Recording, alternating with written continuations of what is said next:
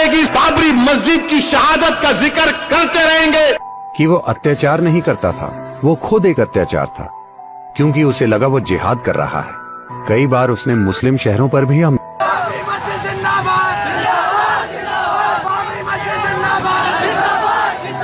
तो बाबर की विरासत को इस देश से पूरी तरह से मिटा देना चाहिए। कांग्रेस पार्टी ने यह फैसला लिया था कि बाबरी मस्जिद को दोबारा उस मुकाम पर बनाएंगे। इन सब से बढ़कर किसी को भी कभी भी आज के मुसलमानों की पहचान बाबर से नहीं जोड़नी चाहिए।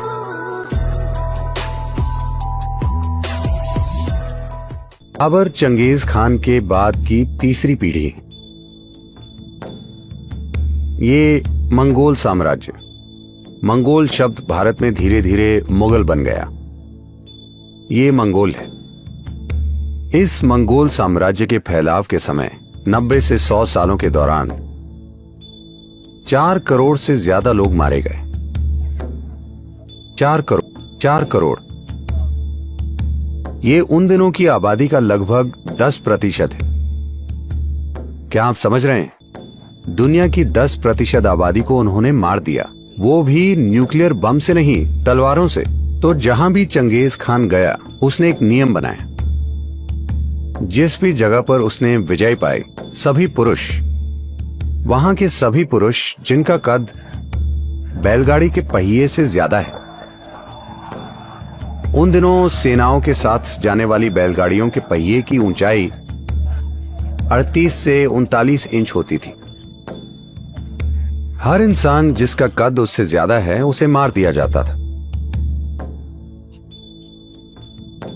और फिर ये मुगलों की परंपरा थी कि वो सभी कटे हुए सिरों का एक बड़ा पहाड़ बना देते थे और औरतों को गुलाम बना लिया जाता था, सैनिकों की सेवा के लिए, या फिर उन्हें अलग अलग बाजारों में बेच दिया जाता था। मध्य पूर्व, यूरोप, हर जगह उन्हें बेच दिया जाता था।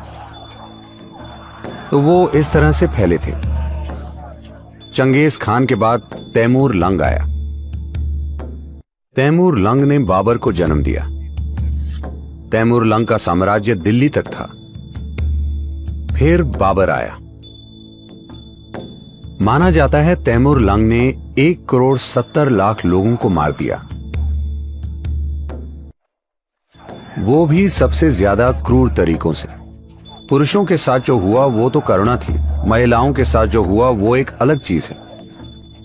मैं विस्तार में नहीं जाना चाहता, लेकिन उनके साथ सबसे भयंकर चीजें हुई।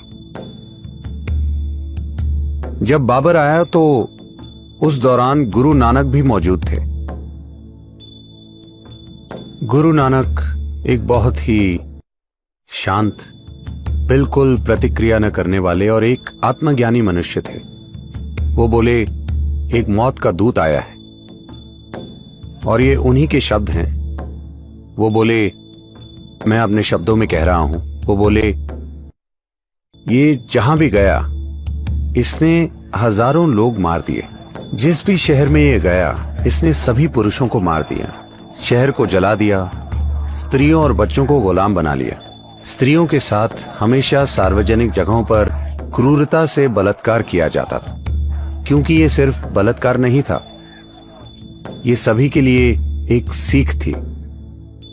और बाबर ने हजारों हिंदू स्त्रियों को कंधार और काबुल के बाजारों में बेच दिया, हजारों स्त्रियों को। सौभाग्य से वो भारत में सिर्फ 4 साल रहा और वो मर गया। तो बाबर की विरासत को इस देश से पूरी तरह से मिटा देना चाहिए।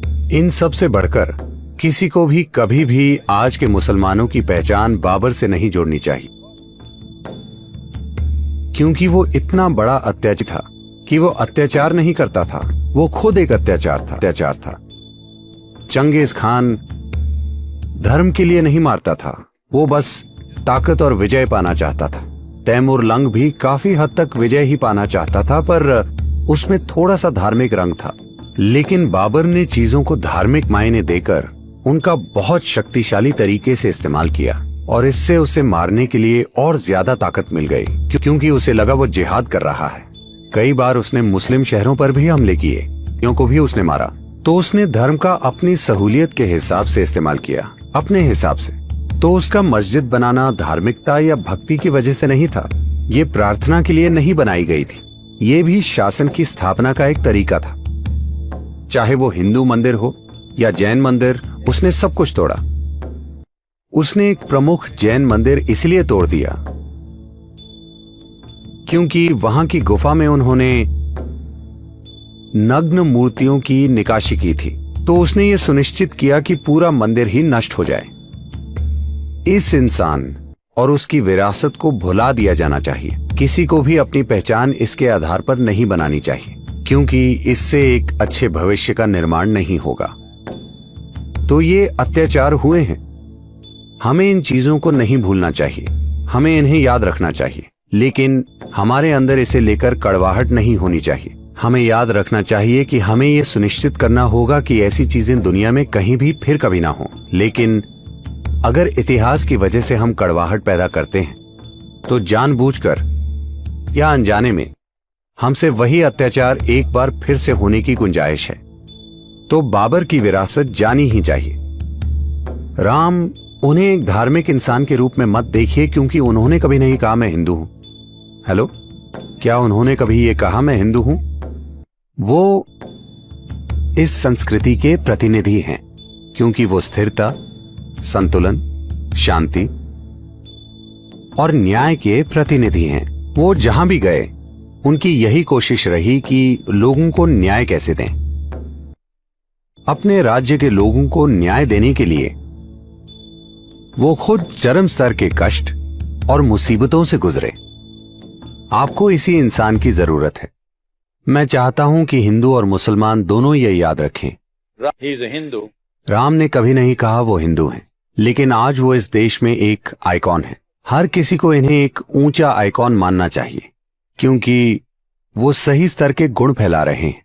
इसीलिए नहीं कि वो हिंदू हैं या कुछ और है। आपके मन को शांत और जीवन को सकारात्मक ऊर्जा से भर देने वाले सर्टिफाइड प्राकृतिक रुद्राक्ष से लेकर ऐसी और भी कई चीजें अब आपको मिलेंगी हमारी वेबसाइट myGyanalaya.in पर। साथ में मिलेगी निशुल्क पंडित जी हेल्पलाइन, जिससे आप इन चीजों को सही से उपयोग में ले सकें। तो अभी विजिट कीजिए myGyanalaya.in। लिव ए सात्विक लाइफ।